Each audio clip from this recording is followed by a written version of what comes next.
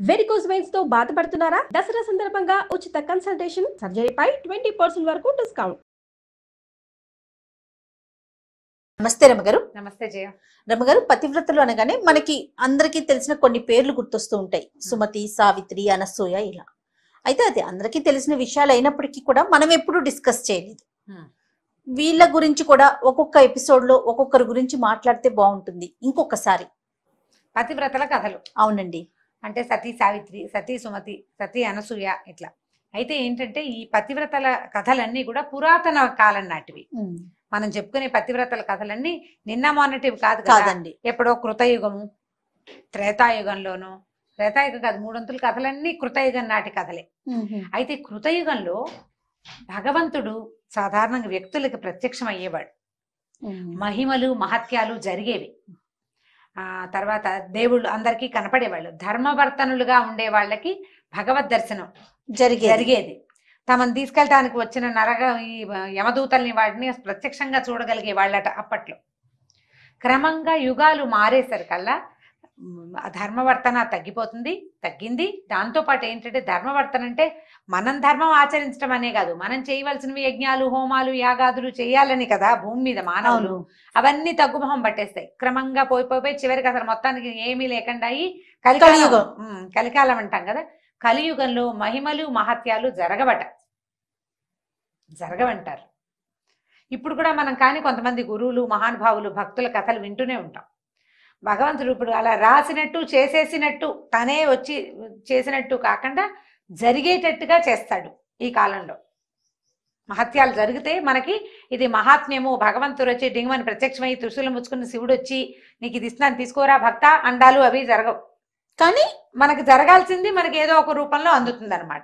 మహాత్మ్యము అంటే ఏదో మనుషుల వల్ల జరిగిందని మహాత్మ్యం అనలేం కదా. భగవంతుడి వల్ల జరిగిందే మహాత్మ్యంగా భావిస్తాం. ఈ మహాత్మ్యపు కథలన్నీ కృతయుగం నాటి కథలు. అయితే సతీ సావిత్రి కథ చెప్పుకుందాం ఇవాళ. సతీ సావిత్రి అంటే ఇప్పుడు పతివ్రతల కథలు చెప్పగానే మన వాళ్ళు ఎందుకండి అని అనుకోకండి. ఇవి కూడా మనం తెలుసుకోవాలి. మనం తెలుసుకుని పిల్లలకి చెప్తానికి కదండి. దానివల్ల లాంగ్వేజ్ కూడా ఎలా బాగుపడుతుందో చూద్దాం. సతీ సావిత్రి లాగా వెంబడబడింది, సతీ సావిత్రి లాగా సాధించింది. ఆవిడ గొప్ప సతీ సావిత్రి అంటే ఏమిటంటే అది చాలా గొప్పది అని చెప్పడం కోసం ఈ పదాలు వాడతాం, మనకు వినపడుతుంటాయి. అసలు ఎలా సతీ సావిత్రి గొప్పదైందో తెలుసుకోవాలిగా.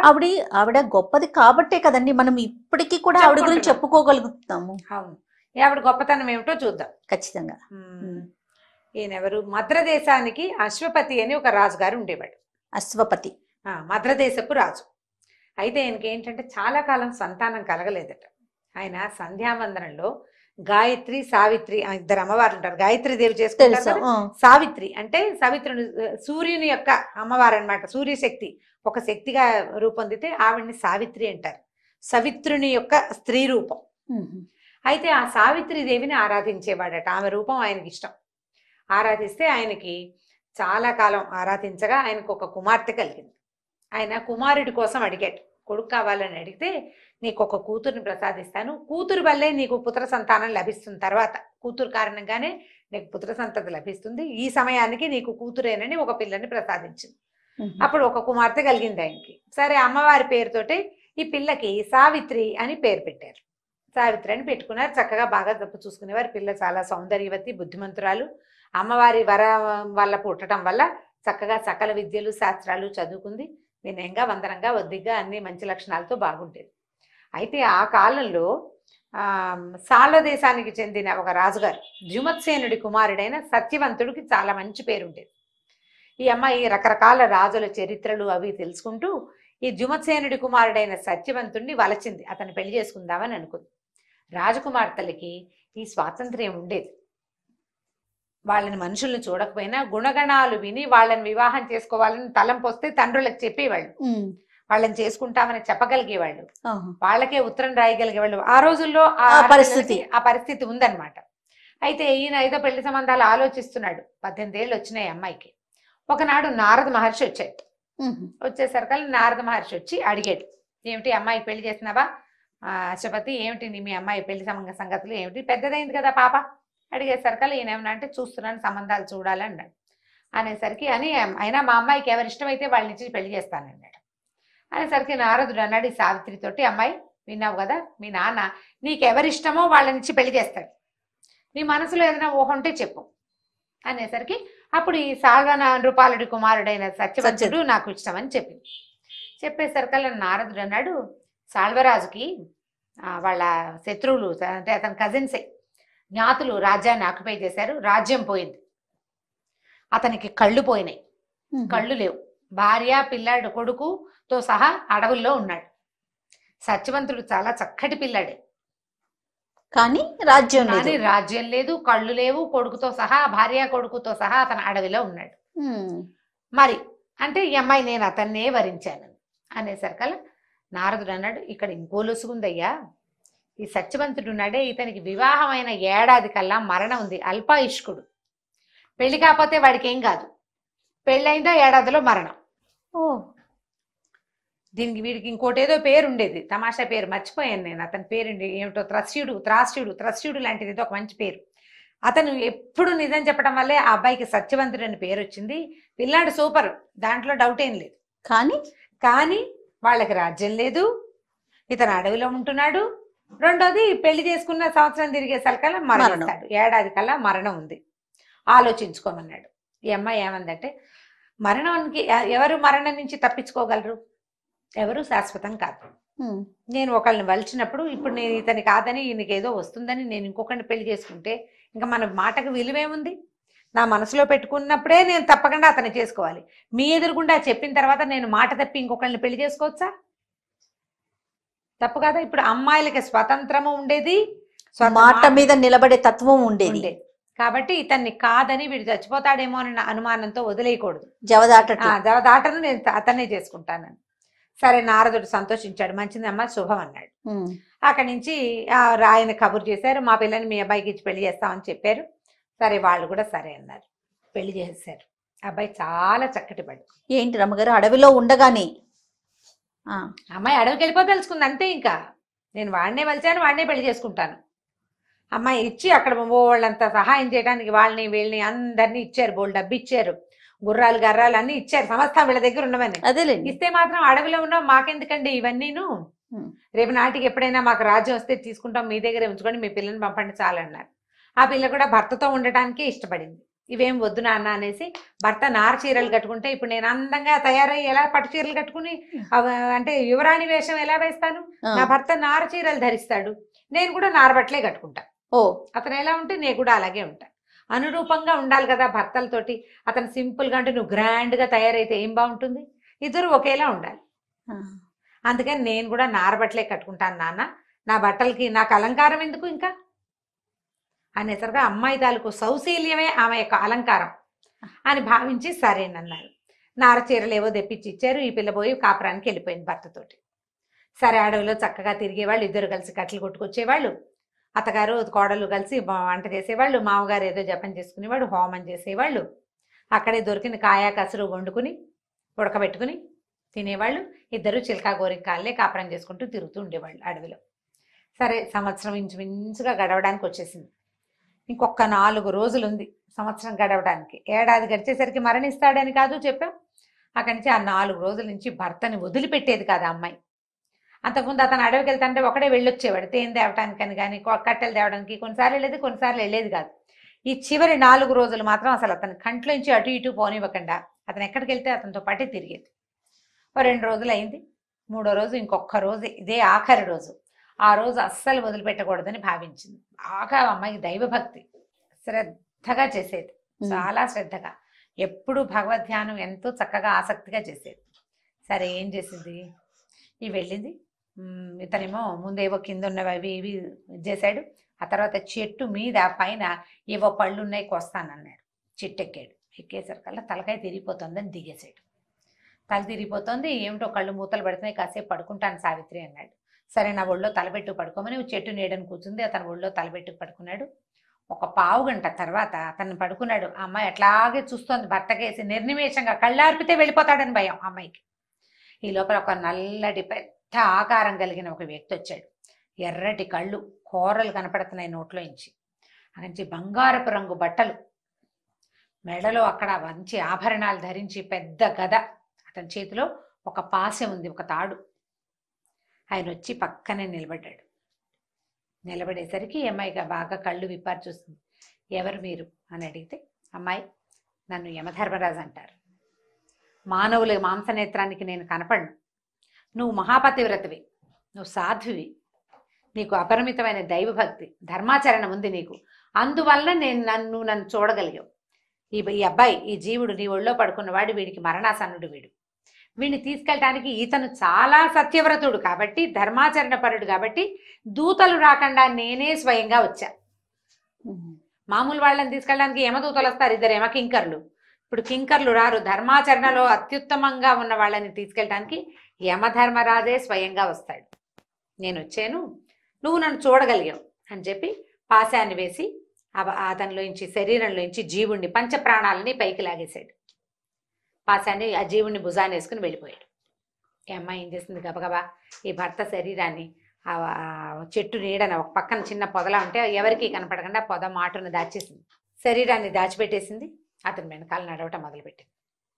యమధర్మరాజు ఆయన వెళ్ళిపోతున్నాడు ముందుకి. వెళ్ళిపోతుంటే పరిగెత్తుతూ అతని వెనకాల వెళ్ళేసరికల్లా ఆయన తెల్లబోయాడు. వెనక్కి తిరిగి చూశాడు. అమ్మాయి, ఎందుకు నా వెనకాల వస్తున్నావు నువ్వు అన్నాడు. నా భర్తని ఎక్కడున్నా అనుసరిస్తాను నేను. భర్తను అనుసరించడమే కదా, నా భర్తను నువ్వు ఎక్కడికో తీసుకెళ్తున్నావు, అతని వెనకాల రావద్దు నేను. అందుకని అతను నీ వెనకాలే వస్తున్నా. ఇప్పుడు నేను ఒక్కదాన్ని అక్కడ కూర్చున్నా, నేను ఇంటికి వెళ్ళినా మా అత్త మామయ్య ఏమంటారు, మీ ఇద్దరు కలిసి వెళ్ళారు, నువ్వు ఒకదానివే ఎందుకు వచ్చావంటారు. నేను రాకూడదు, నేను వెళ్ళకూడదు వెనక్కి, అందుకని నీ వెనకాలే వస్తాను. అతను ఎక్కడికి వెళ్తే అక్కడికి వస్తాను నేను. ముందుకి ఆయన ఎంత ముందుకెళ్ళినా అలాగే వెళ్ళిపోతుంటే అతను అన్నాడు, అమ్మా ఇంకా ముందుకెళ్ళిన కొద్దీ చాలా భయంకరమైన పరిస్థితులు వస్తాయి. పాపులతో నిండి ఉంటుంది మార్గం. ఇది ఉత్తర దిక్కు మంచి మార్గం, ఉత్తరంగా దక్షిణ దిక్కు మంచి మార్గం కాదు. తర్వాత వైతరిణి అని ఒక నది వస్తుంది, అంతా చీము నెత్తురుతో నిండి ఉంటుంది, దుర్గంధపు ఇష్టంగా. అందులో నువ్వు నడవలేకపోతావు. నా మాట విను, నువ్వు ఇక్కడే ఉండిపో, నువ్వు రావద్దు. నా వెనకాల వచ్చినా నీ భర్త నీకు వెనక్కి రాడు. అతనికి అయిపోయింది, అతని సమయం, ఆయుష్ తీరిపోయింది. నువ్వు నా వెనకాల రావద్దు, ఏదైనా ఒక వరం కోరుకో, ఇస్తానన్నాడు. ఆ అమ్మాయి ఏమంది, మా అత్తగారికి మామగారికి అత్తమామలకి కళ్ళు పోయి రాజ్యం పోయింది, వాళ్ళ కళ్ళు వాళ్ళ రాజ్యం వాళ్ళకి ఇప్పిస్తే కనీసం వాళ్ళు బతుకుతారు. ఈ కొడుకు నువ్వు తీసుకెళ్ళిపోయినా కూడా కళ్ళు ఉంటే కదా, కళ్ళు లేని కబోదులకి కొడుకే సహాయంగా ఉండేవాడు ఇప్పటిదాకా. కొడుకుతోటి నేనుండేదాన్ని, కొడుకునేమో నువ్వు తీసుకుపోతున్నావు, నీ వెనకాల పడి నేను వచ్చేస్తున్నా. వాళ్ళని ఎవరు చూస్తారు, పెద్దవాళ్ళని, పాపం కళ్ళు కూడా లేవు. కాబట్టి వాళ్ళిద్దరికి కళ్ళు వచ్చేలాగా చెయ్యి, రాజ్యం వచ్చేలాగా చెయ్యి అంటే వాళ్ళకి కళ్ళు రాజ్యం ఇచ్చేసి ఆయన వెళ్ళిపోమన్నాడు. ఆయన వెళ్ళిపోతున్నాడు ముందుకి. వెళ్తుంటే ఆయన వెనకాల పడి ఇంకా మళ్ళీ వదలటాల, ఆ భర్తను వదిలిపెట్టి వెళ్ళడానికి మనసు రావటం లేదనమాట. మళ్ళీ ఎందుకు వస్తున్నామని, నేనేం చేయను, నా భర్తను నువ్వు తీసుకెళ్తున్నావు, నేను వదిలిపెట్టి వెళ్ళలేకపోతున్నాను, నన్ను కూడా తీసుకుపో అతనితో పాటు. అంటే అమ్మ నీ ఆయుష్ తీరలేదు నా తల్లి, మిమ్మల్ని అందరినీ మా ఇంటికి తీసుకెళ్ళి గెస్ట్ ఇది చేయలేను నేను, అవన్నీ నా వల్ల కాదు.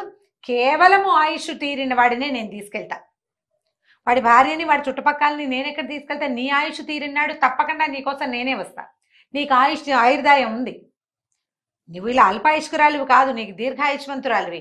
నువ్వు పోయినప్పుడు కదా నువ్వు నాతో వచ్చేది, నువ్వు బతికుండగా నాతో రాకూడదు, వెళ్ళిపోమన్నాడు. అయినా సరే అయితే ఇంకొక వరం ఇస్తాను కోరుకోమన్నాడు. కోరుకోమనేసరికల్లా ఈ అమ్మాయింది, ఇప్పుడు నాకు ఒక్కదే పిల్లని, నేను పెళ్లి చేశారు మా అమ్మ నాన్న, నువ్వు నా భర్తను తీసుకెళ్తున్నావు, వైధవ్యంతో కూతురుని చూడాలంటే మా నాన్న ఎంత బాధపడతాడు. పోని మా నాన్నకు 100 మంది కొడుకులు, నీవు కొడుకులను చూసైనా మా అమ్మ నాన్న సంతోషిస్తారు, కనీసం పిల్లల మొహాలు చూసుకుని. కూతురు ఎలాగో ఇలాగ అధ్వానం అయిపోయింది కదా అంటే, సరే మీ నాన్నకి సుతశతం అంటే కొడుకుల్ని ఇవ్వమని అడిగింది. 100 మంది కొడుకుల్ని ఇస్తానన్నాడు ఆయన. 100 మంది సంతానం కలుగుతారు మీ నాన్నకి, మగపిల్లలు. సరేనా, ఇంకెళ్ళిపోమన్నాడు. అమ్మాయి వెళ్ళదే, ఇంకా ఈయన ముందుకెళ్తున్నాడో వెనకాల పడి వచ్చేస్తోంది. వైతరిణి నది దగ్గరకు వచ్చేస్తోంది. ఇక ఆయన విసిగిపోయాడు. ఆ వైతరిణి నదిలో మానవులు రాకూడదు. ఈ అమ్మాయికి ఉన్న శక్తి ఏంటంటే, ఆ పిల్లేమో సావిత్రి అనుగ్రహంతో పుట్టింది, పైగా సత్యవంతుడిని పెళ్లి చేసుకుంది, సొంతంగా బోళ్ళంత ధర్మాచరణ ఉన్నది. దాన్ని ఆయన ఆపలేకపోతున్నాడు. ఆ పిల్లని అమ్మాయిని ఆయన ఆపలేడు. ఆ అమ్మాయి వస్తే ఇతనిది తప్పు అవుతుంది. ఆయన విసిగిపోయాడు అనమాట.